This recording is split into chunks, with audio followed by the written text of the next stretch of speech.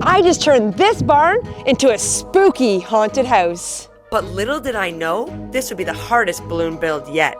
I've got these kids in my neighborhood who don't know what it's like to visit a real haunted house, so I'm gonna see if I can scare their cautions off when I surprise them with this horrifying barn.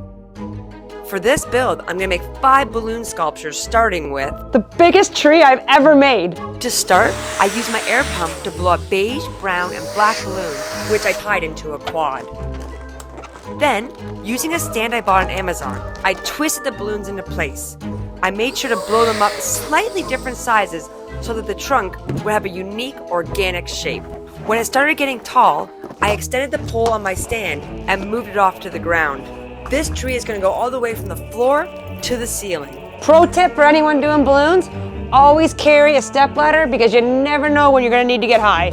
Oh, that didn't come out right. Once I reached the end of my stand's length, I bundled up some more quads using a long, thin twisting balloon and then tied it to the top of my trunk. Next, it was time to make vines that would dangle around the trunk. Since this tree was going to be at the very end of the haunted house, it was only important to decorate one side. I tied groups of twisting balloons together and then braided them onto the tree. It was getting huge and surprisingly heavy. If I didn't move it into place now, it might never fit in, and it certainly won't scare the kids when they visit. Alright, back to the tree in a minute, but now it was time for 3 quick builds.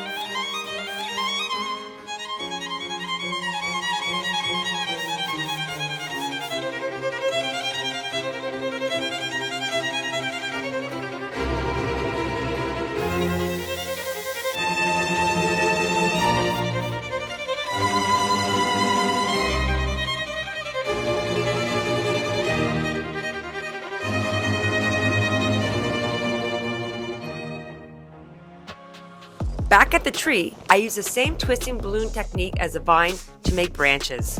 Then I made green and brown balloon quads for the leaves. When my brother arrived, he was super impressed with my tree. Oh, sweet. That's a scary balloon tree. And if he thought so, I couldn't wait to see how the kids were going to react. All right, what's next? Let's go. As usual, I asked my brother to hang up the curtains that will give this haunted house its shape. We're going for an S-shaped room this time. That way, there'll be lots of corners to surprise the kids, and they won't be able to see everything all at once. The big finale is of course our spooky tree, which will have a bowl of candy underneath as a prize for making it to the end. I don't want to make it too easy though, so I decided to build one more thing. Something to guard the candy. Using the same technique I did for the tree trunk and the towers, I made this. So now I pre-made some hands and arms. I will attach them like this, go around for a big hug, and then I have my Frankenstein head foil. I'm gonna blow them up. Pro tip, always blow foils up in the temperature that you're gonna do, because if you blow up a foil in the warmth and you take it to the cold, it's gonna go really shriveled up for you.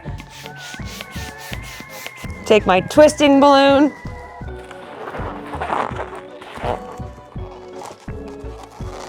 Starting to come together. He needs some hands. Not quite there yet. To make him just like the Frankenstein monster, we gotta put his hands out.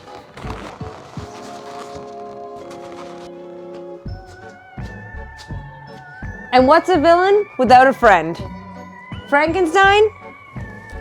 Meet Jack-o'-lantern. Frank, Brandy, Jack. The kids were going to arrive any minute, so Bart and I had to race to get all the balloons into their spot. We tied our spooky spider to the ceiling and hid even more spiders in the tree. We hung foil streamers at the entrance and even snuck in one of our signature grab-and-go builds, which we sell to people in our community for their own Halloween decorations. And now that our haunted house is ready, the big question was, how would the kids react to what we built?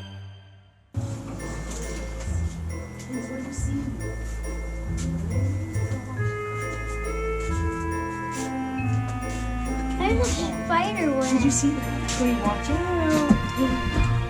Candy.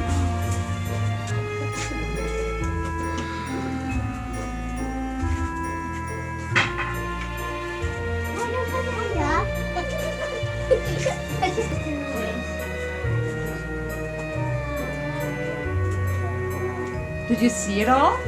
Yeah. You love it, eh? Thank you for coming. Is it? If you love this video, you should watch the next one. Oh, and don't forget to subscribe. See ya!